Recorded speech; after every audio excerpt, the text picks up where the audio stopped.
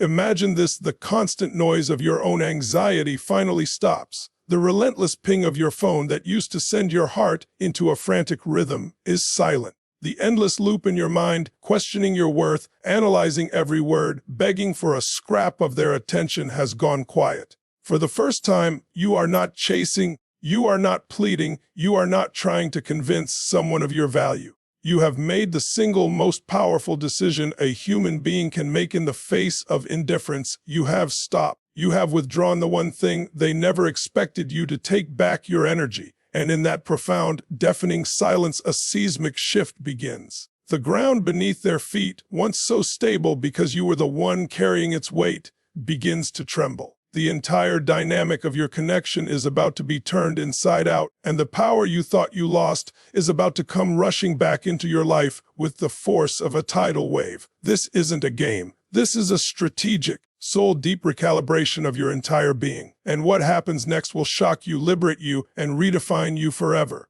For so long, you have been the architect of a connection they were merely occupying. You were the planner, the initiator, the rememberer of birthdays, the filler of silences, the soother of awkwardness. You were, whether you realized it or not, the emotional glue holding the entire fragile structure of your relationship together. Your energy, your effort, your constant outreach was the foundation upon which everything was built.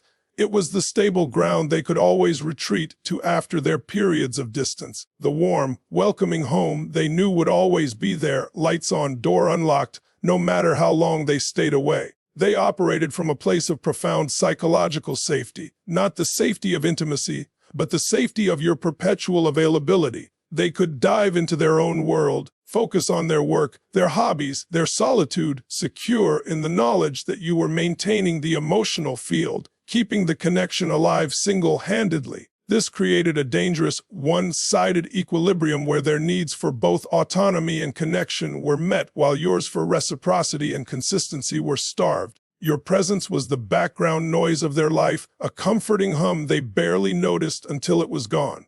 But what happens when the glue is removed? What happens when the architect walks away from the blueprint? The entire structure doesn't just wobble, it begins a violent, terrifying descent into collapse. The moment you go completely silent, you are not just withholding words, you are withdrawing the very force that was holding their relational reality together. You pull the linchpin, you are revoking your role as the chief emotional officer, and the company immediately goes into crisis mode. They are suddenly forced to look at the structure they are in and realize, with a jolt of cold reality, that they are not just a tenant, they are now responsible for the walls, the roof, the very integrity of the space between you. And for an avoidant whose core blueprint is often built on a fear of enmeshment and a hyper-sensitivity to obligation, this is their worst nightmare materializing. It's not that they are evil or malicious. They are operating from a deep-seated survival strategy that says dependence is dangerous. Your constant pursuit allowed them to play out that strategy without ever having to face the consequences of their detachment. You were the counterweight to their distance. When you stop, the scales tip violently. The foundation you provided crumbles, and they are left standing on ground that is no longer stable, forced to consider a terrifying question. If I am not being pulled, do I actually want to step forward? If there is no pressure, what is my true desire? This crack in their foundation is the first and most crucial step in breaking the toxic cycle. It is the universe's way of serving them an ultimatum through your silence. It forces them out of their passive role and into a state of awareness. The comfort of your perpetual motion is gone, and in its place is a void that they, for the first time, are responsible for filling. This is where the real work begins, not for you, but for them. And it starts the moment you have the courage to stop applying the glue and let the structure stand or fall on its own merit. Human beings are creatures of habit and energy. We become accustomed to certain frequencies in our lives, and when those frequencies suddenly vanish, the absence is not a neutral nothingness. It is a palpable, aching void. It's the psychological equivalent of a phantom limb, the sensation that an amputee feels where a limb used to be, a persistent, often painful awareness of something that is no longer there.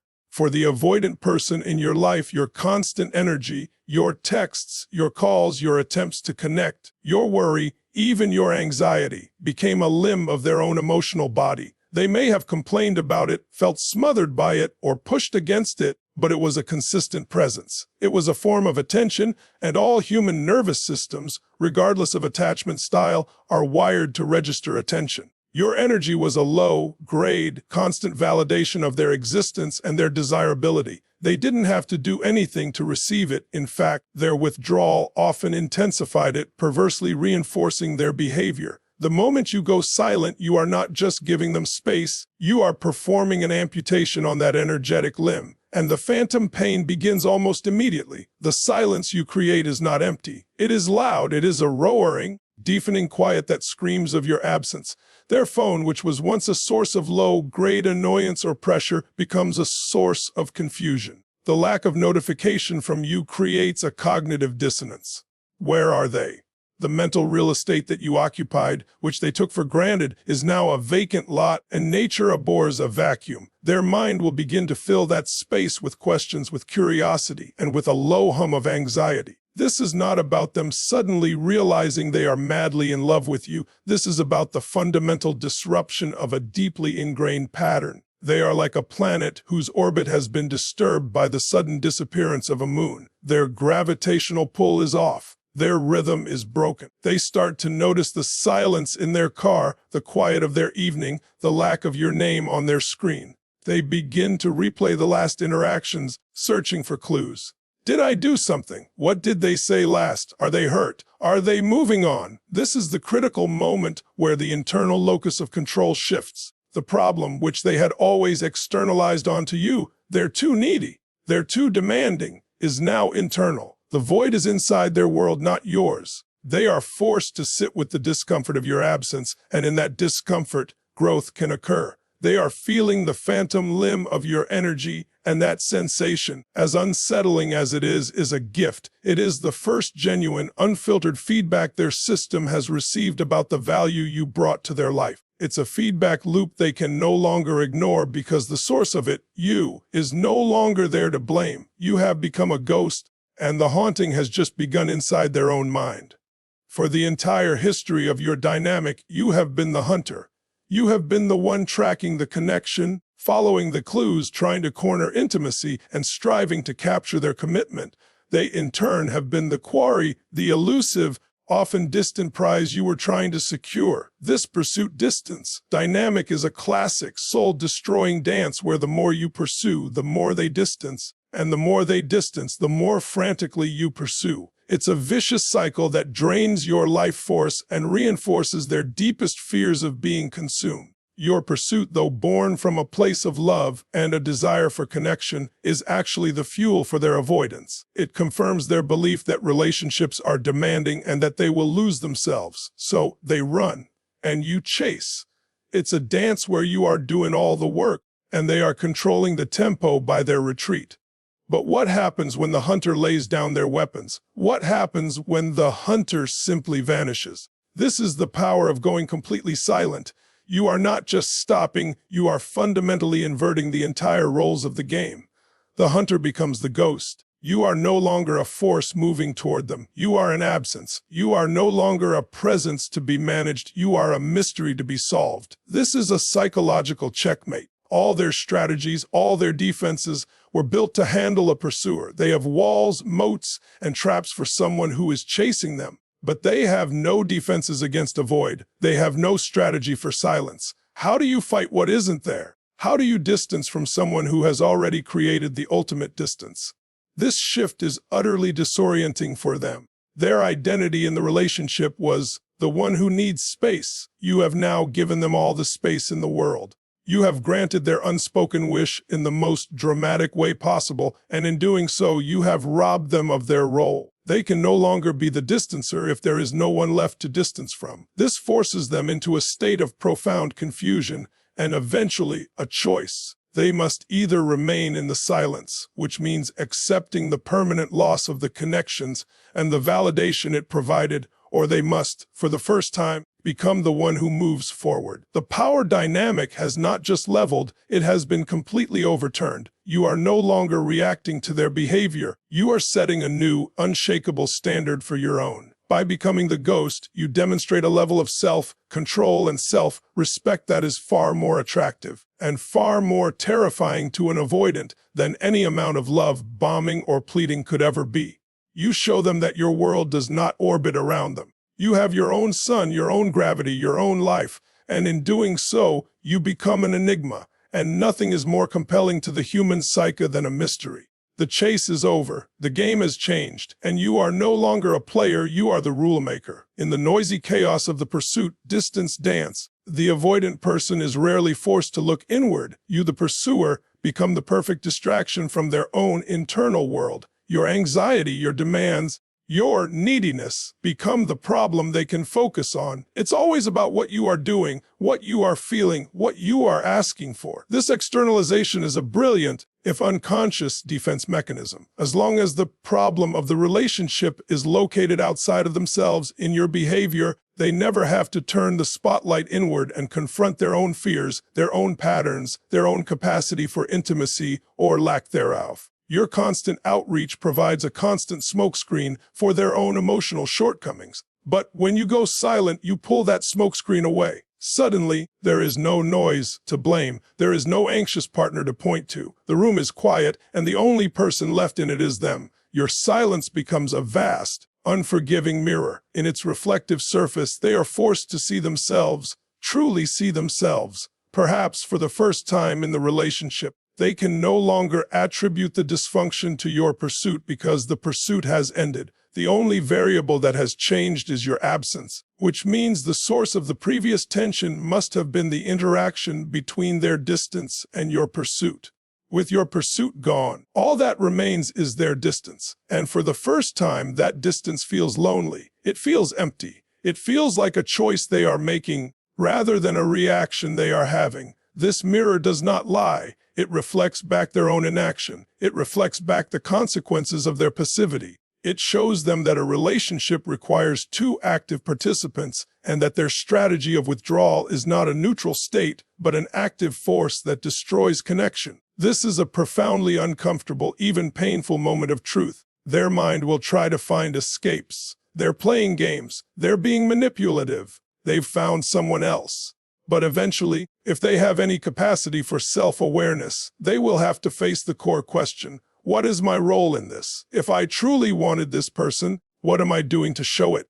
Your silence does not give them answers. It forces them to ask the questions they have been avoiding their entire lives. It creates the necessary vacuum for introspection. This is where real change can begin, not because you are demanding it, but because the situation you have created through your empowered inaction demands it. You are holding up a mirror not with your words, but with your absence. And in that mirror, they must finally meet themselves. In an anxious avoidant trap, there is a constant toxic transfer of emotional energy. The avoidant person, feeling the pressure of enmeshment, withdraws, creating insecurity and instability. The anxious partner, feeling that insecurity, ramps up their efforts to connect, taking on the burden of the entire relationship's emotional climate. You become the designated worrier, the designated feeler, the one who carries the anxiety for two people. Your nervous system is in a constant state of high alert, scanning for threats, reading into tones, and trying to preempt abandonment. This is an enormous, exhausting burden to carry. It drains your creativity, your joy, your peace. Meanwhile, the avoidant person remains relatively calm because you are doing all the emotional labor. They are insulated from the consequences of their detachment by your frantic efforts to bridge the gap they created. It's a profoundly unfair and unsustainable distribution of psychological weight. When you go completely silent, you perform the single most liberating act possible. You drop the burden. You are no longer carrying their share of the emotional load. You are no longer managing their feelings or the relationship's stability. The moment you stop, that giant boulder of anxiety you've been pushing up a hill rolls away from you and comes to a rest at their feet. The transference is reversed. The anxiety that was rightfully theirs all along, the anxiety about intimacy, about losing themselves, about being enough, now has no place to hide. It can no longer be projected onto you. it boomerangs back to its source. Suddenly, they are the one who feels uncertain. They are the one wondering what's happening. They are the one checking their phone. They are the one experiencing the destabilizing fear of the unknown. This is not about revenge. It's about cosmic justice and emotional responsibility. You are returning a parcel that was never yours to deliver. This shift is crucial for two reasons. First, it liberates you. Your nervous system, for the first time in perhaps years, can begin to down-regulate. The cortisol and adrenaline that were flooding your system can begin to recede. You can breathe. You can sleep. You can remember what it feels like to not be in a state of perpetual emergency. Second, it forces them to grow. They can no longer outsource their emotional discomfort to you. They are forced to sit with it, to feel it, to manage it. This is the only way they will. It was slowly eroding your spirit. Every day you maintain this silence is not a day spent waiting for them. It is a day spent investing in the most important project you will ever undertake, the reconstruction of your own soul, your own worth, and your own unshakable peace. You are not playing a game, you are ending one. The profound shifts that begin to occur when you withdraw your energy, the cracking of their foundation, the phantom limb pain, the transference of anxiety, are not punishments for them, but natural consequences of a system rebalancing itself. You are simply ceasing to interfere with the natural laws of relationship physics. For every action of distance, there is an equal and opposite reaction, and by stopping your pursuit, you are allowing that reaction to finally land where it always belonged with them. You are allowing the universe to deliver the lessons they need to learn. This path requires a fortress of inner strength. There will be moments of doubt, waves of longing, and the seductive whisper of the old pattern urging you to break the silence. Just one more time. You must see these moments for what they are, withdrawal symptoms from an addiction to a person who was your drug of choice. You must breathe through them, feel them, but do not act on them. Your silence is your power, your clarity, and your protection all rolled into one. It is the cocoon within which your new, empowered self is being formed. Remember, the ultimate goal is not to make them miss you, though that may happen. The ultimate goal is to reach a point where you are so full, so complete, so at peace in your own life that their return becomes irrelevant. It is to get to a place where if they do come back, you can evaluate them from a place of strength and discernment, not lack and desperation. And if they don't, you have lost nothing but a source of pain and gained everything, yourself. This process is the ultimate test of their character and the forging of your own. It reveals with brutal clarity whether their attachment was ever about a genuine desire for you or merely a comfort with your constant availability. It simultaneously forges within you a strength, a self-respect, and a boundary system made of titanium. You will emerge from this silence not as the person you were before, desperate for crumbs, but as a sovereign being who understands their own colossal value. So let the silence speak. Let it roar your worth in a language they can finally hear. Let it be the boundary that saves your life. Let it be the space where you remember who you were before you started chasing someone who was running away. You are not missing out on anything but anxiety, uncertainty, and heartache. What you are stepping into is your destiny, a life of power, purpose, and a peace that no outside person can ever give or take away. The journey begins the moment you decide that your voice, your energy, and your love are far too precious to be spent on someone who treats them as an option. Thank you for having the courage to read this, to feel this, and to consider a different way. This is not an easy path, but it is the only one that leads back to you. It's the path of truth, of strength, and of ultimate freedom. Go out there and claim the life you deserve. You are powerful beyond measure. Goodbye for now.